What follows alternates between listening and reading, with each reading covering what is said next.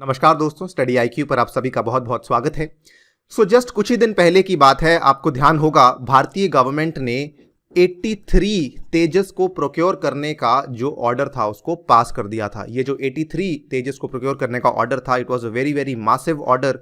Almost 48,000 crore का ये order था जो कि इंडियन गवर्नमेंट के द्वारा दिया गया था हमारी अपनी ही HAL को, हिंदुस्तान एरोनॉटिक्स लिमिटेड को।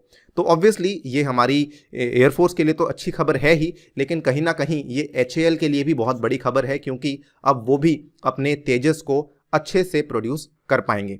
इसी के बाद क्या हुआ कि HAL के जो चेयरमैन हैं R माधवन जी, उनका रिसेंट एक इंटरव्यू हुआ। आप यहाँ पे देख सकते हैं, ये वाला जो इंटरव्यू है इसकी डिटेल्स हाल ही में सामने आई। इन्होंने बताया कि several countries have shown interest in procuring the Tejas aircraft, HAL chairman Madhavan.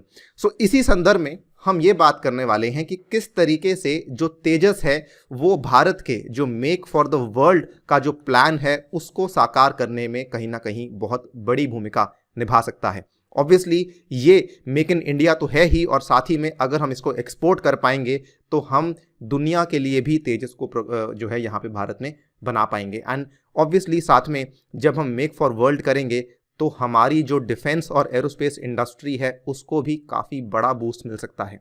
इन्हीं सब चीज़ों के बारे में बात करेंगे। ऑल्सो कुछ डिटेल्स आपके साथ शेयर करेंगे जो कि इस इंटरव्यू की सामने आई हैं, जहाँ पे इन्होंने इसका एक कंपैरिजन भी किया है पाकिस्तान के JF-17 के साथ। चलिए स्टार्ट करते हैं मेरे साथ। मेरा नाम है अनिरुद्ध। यदि आप लोग इस लेक्चर की PDF को डाउनलोड करना चाहते हैं तो मेरे टेलीग्राम चैनल से कर सकते हैं। इसके अलावा सोशल मीडिया पे भी आप मेरे साथ जुड़ सकते हैं।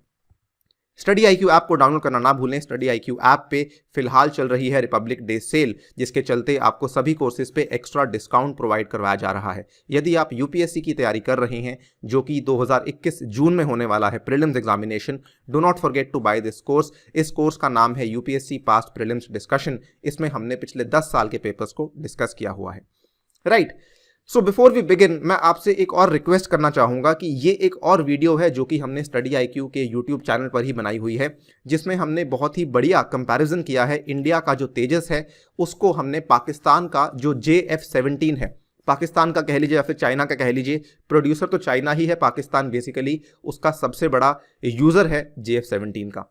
इस वीडियो में हमने इन दोनों एयरक्राफ्ट्स की तुलना करी थी। ब्रीफली मैं आपको बताना चाहूँगा कि इसमें सबसे पहले तो इसका जो मैन्युफैक्चरर है ये HAL है तेजस का। JF-17 का जो मैन्युफैक्चरर है ये चेंगडू एयरक्राफ्ट इंडस्ट्री ग्रुप जो कि चाइनीज़ है, एंड पाकिस्तान एरोनॉटिकल कॉम्प्लेक्स जो कि पाकिस्तान का है। दोनों का जो रोल है सेम है, multi role light fighter, multi role combat aircraft, दोनों में कोई अंतर नहीं है। इसको आप LCA के नाम से भी जानते हैं, लाइट कॉम्बैट एयरक्राफ्ट के नाम से। प्रोडक्शन जो है, तेजस की प्रोडक्शन काफ़ी पहले शुरू हो चुकी थी और JF-17 की प्रोडक्शन कुछ समय बाद शुरू हुई थी। लेकिन इवन दो तेजस की प्रोडक्शन काफ़ी समय पहले शुरू हो चुकी थी, इसका जो कुल नंबर है ये थोड़ा सा कम बनाया गया है। JF-17 का नंबर ज़्यादा बनाया गया है क्योंकि पाकिस्तान अधिकतर उनकी जो रिलायंस है वो JF-17 के ऊपर ही है। अगर आप यूनिट कॉस्ट की बात करें तो वहाँ पर भी JF-17 के पास थोड़ी सी एज है, क्योंकि इनकी जो यूनिट कॉस्ट है थोड़ी सी कम है और तेजस की यूनिट कॉस्ट ज़रा सी ज़्यादा है। ये तो एक ब्रीफ का कंपैरिजन था। इसी वीडियो में हमने इन दोनों एयरक्राफ्ट्स की ये सभी चीज़ों के बारे में भी कंपैरिजन किया है। इन सभी पैरामीटर्स के ऊपर भी हमने कंपैरिजन किया है कि मैन्यूवरेबिलिटी कैसी है, एवियोनिक्स कैसे हैं, उसके फायर पावर कैसा है, मटेरियल सर्विस लाइफ कैसी है।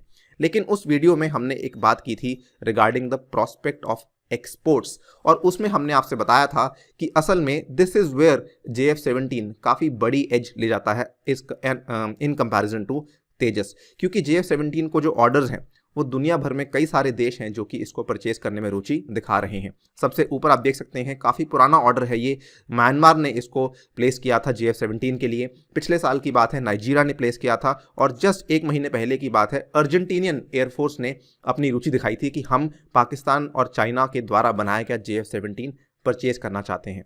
और यहीं पर हमने ये भी बताया था कि तेजस यहाँ पे एक बहुत बड़ी प्रॉब्लम से गुजर रहा है कि तेजस का असल में कोई मेजर बायर नहीं है। इंटरेस्टिंगली इवन इंडियन एयरफोर्स तेजस को बाय करने में ज़्यादा इंटरेस्टेड नहीं थी, जिसकी वजह से इसके जो बाहर के बायर्स हैं, जो इसके फॉरेन बायर्स हैं, वो तो डेफिनेटली कम इंटरेस्टेड थे। जब इंडियन एयरफोर्स ही उसको बाय नहीं करना चाहती, ऑब्वियसली जो कॉन्फिडेंस था किसी और बायर का वो काफ़ी कम हो जाता है।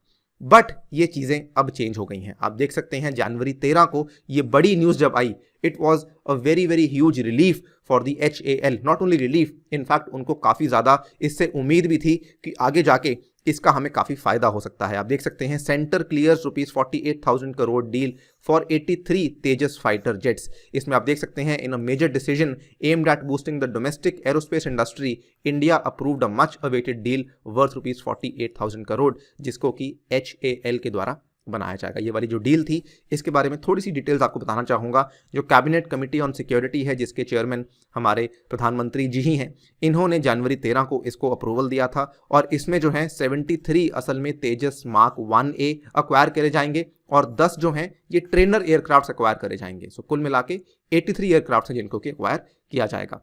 इसी के संदर्भ में यहाँ पे जो इंटरव्यू हुआ था आर माधवन जी का, इन्होंने इस इंटरव्यू में इसके बारे में बात करी और कहा कि जो इसकी डिलीवरी है HAL के द्वारा इसकी डिलीवरी शुरू करी जाएगी मार्च 2024 में and 16 aircraft will be rolled out annually, यानी कि 2024 से लेके हम हर साल सालाना 16 एयरक्राफ्ट को रिलीज करेंगे, तब तक रिलीज करते रहेंगे जब तक कि 83 जेट्स का जो हमारा ऑर्डर है वो कंप्लीट नहीं हो जाता। So this is the assurance जो कि HAL के चेयरमैन ने यहाँ पर दे दी है। साथ ही में इन्होंने कॉस्ट ब्रेकअप के बारे में बात की है। ये केवल आपकी सूचना के लिए है, इस वीडियो में ज़्यादा हमें इसके ऊपर ध्यान देने की आवश्यकता असल में है नहीं। इन्होंने बताया है किस तरीके से जो 43,000 करोड़ हैं वो कैसे लगने वाले हैं। 25 बेसिक प्राइस है, उसके बाद 11,000 जो है ग्राउंड सपोर्ट इक्विपमेंट के लिए है, 7,000 जो है ये कस्टम्स ड्यूटी वगैरह वगैरह के लिए है। ऑल इन ऑल जो हमें ध्यान देना है वो ये है कि कुल मिला के जो आपका 83 जेट्स इंडिया यहाँ से प्रोक्योर करने वाली है HAL से, जो हमारे 73 मार्क 1A वाले जेट्स हैं, इसकी जो कॉस्ट हमें पड़ने वाली है दिस इज अप्रॉक्सीमेटली 309 करोड़। लेकिन जो हमारा ट्रेनर एयरक्राफ्ट है इसकी जो हमें कॉस्ट पड़ने वाली है ये लगभग 280 करोड़ के आसपास है। अब ध्यान से देखिए, जो JF-17 की कॉस्ट है ये भी अप्रॉक्सीमेटली 250 करोड़ के आसपास पड़ जाती है। सो इंडिया वाले की कॉस्ट आई वुड से ज़्यादा महंगा नहीं है अगर हम दोनों की तुलना करें। ऑब्वियसली महंगा है लेकिन बहुत महंगा नहीं है, बहुत बड़ा डिफरेंस नहीं है।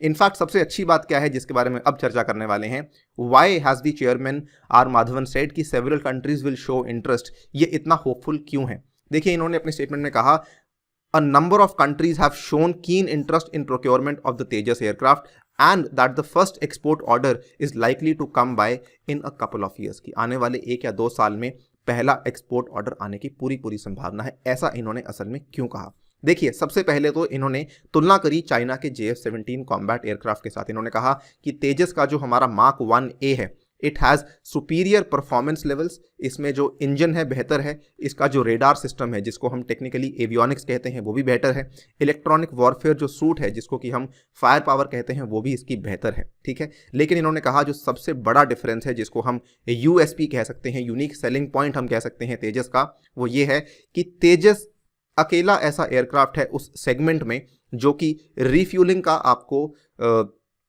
प्रोविजन प्रोवाइड करवाता है, जो कि JF-17 प्रोवाइड नहीं करवाता है, कॉम्पिटिटर प्लेन आपको प्रोवाइड नहीं करवा रहा है, it is non existent over there. Air to air refuelling का जो आपका सबसे इंपॉर्टेंट कंपोनेंट होता है, ये वाली चीज़ आपको केवल और केवल तेजस ही प्रोवाइड करवा रहा है। केवल इतना ही नहीं, ही इज़ ऑल्सो होपफुल कि तेजस जो है ये हर एक तरह के रीजन में काम करने के लिए सक्षम है। It can operate efficiently and as any other aircraft in all regions including the mountainous Ladakh region. तो जो आपके ऐसे रीजन्स हैं जहाँ पे वेदर काफ़ी ख़राब रहती है, जहाँ पे टेरेन काफ़ी मुश्किल है, उस एरियाज़ में भी आपका तेजस जैसा एयरक्राफ्ट को ऑपरेट करने में तकलीफ नहीं होती। This is the reason he is very very hopeful कि तेजस आगे जाके भारत के लिए हम बहुत ही अच्छी खबर हो सकती है, बिकॉज आगे जाके हम मेक फॉर द वर्ल्ड करने वाले हैं, जो कि अगेन हमारे इंडिया का सपना है। नाउ इसमें इन्होंने इस चीज़ का आश्वासन भी दिया है कि मान लीजिए हमें ऑर्डर्स बाहर से भी आने लग जाते हैं तो क्या उस केस में जो हमारी इंडियन एयरफोर्स को सप्लाई है क्या वो अफेक्ट हो सकती है। तो उन्होंने कहा है ऐसा बिल्कुल भी नहीं होगा, because HAL will strictly follow the timeline for domestic order and can always set up additional production lines when necessary. In fact इन्होंने यहाँ पे ये बताया है कि सेकेंड फेज था जो कि LCA प्लांट का, जो कि 2024-25 में तैयार होने वाला था, लेकिन हमने इसको ऑलरेडी तैयार कर लिया है। So this is very very interesting to see कि जो चीज़ भारत में 24-25 में होने वाली थी, भारत ने उसको एडवांस में कर लिया है। 4-5 साल पहले ही हम उसको तैयार करके बैठे हैं कि इन केस अगर हमारे पास ज़्यादा ऑर्डर आते हैं तो हम उसको डिलीवर करने के लिए तैयार हैं। यही नहीं, अगर आप देखें ये पूरा का पूरा जो सिनेरियो है जिसके चलते भारत दुनिया के लिए तेजस एयरक्राफ्ट बनाने वाला है, तो ऑब्वियसली बात है कि ये हमारी जो घरेलू मैन्युफैक्चरिंग इंडस्ट्री है, जो हमारी विनिर्माण की क्षमता है, इसको भी बहुत अच्छे से बढ़ा सकता है। माधवन जी ने यहाँ पे ये कहा है कि करंटली अगर आप देखें तो ओवरऑल एरोस्पेस सेक्टर में भारत में 563 डोमेस्टिक एंटरप्राइजेज है जो कि काम कर रही हैं, और अगर हमको ये ऑर्डर्स मिलते हैं और मिलते जाते हैं तो इस केस में हमारा जो नंबर ऑफ एंटरप्राइजेज हैं ये 600 से 650 तक नंबर जा सकता है। सो ये हमारे इकोसिस्टम के लिए इंपॉर्टेंट है, हमारे एरोस्पेस इंडस्ट्री को बहुत बड़ा बूस्ट मिल सकता है। And also he is very very hopeful, क्योंकि आगे जाके जो भारतीय सेना की डिमांड है वो भी काफ़ी बढ़ने वाली है। इन्होंने ऑलरेडी बता दिया था, इंडियन आर्मी ने एक बार कहा था कि हम आगे आने वाले 5 साल में $130 बिलियन स्पेंड करने वाले हैं in capital procurement in the next 5 years. तो अगर ये डिमांड बढ़ने वाली है तो लाजमी है कि हमारा जो डिफेंस सेक्टर है ये उसको सप्लाई भी करेगा। फाइनेंस मिनिस्टर निर्मला सीतारमण जी ने भी कुछ समय पहले कहा था कि हम एक सेपरेट बजटरी आउटले लाना चाहते हैं to procure Indian made military hardware. तो यहाँ पर भी आप देख सकते हैं किस तरीके से ये हमारे डिफेंस सेक्टर को, एरोस्पेस सेक्टर को बहुत ही बड़े तरीके से बूस्ट कर सकता है। So all in all there are 2 sides to this entire scenario, जहाँ तक मैं समझता हूँ। सबसे पहले तो ऑब्वियसली हम मेक फॉर द वर्ल्ड करेंगे, and second important scenario is कि कहीं ना कहीं जो हमारी मैन्युफैक्चरिंग कैपेबिलिटीज़ हैं उनको बहुत बड़ा बूस्ट मिलेगा इस पर्टिकुलर न्यूज़ के साथ। इसी के साथ इस वीडियो को करता हूं समाप्त। यदि आप मुझसे पॉलिटी पढ़ना चाहते हैं तो इस कोर्स को बाय करना ना भूलें, इसमें हमने पॉलिटी को MCQs के माध्यम से डिस्कस किया है। Until next video, thank you for listening, stay tuned and stay safe.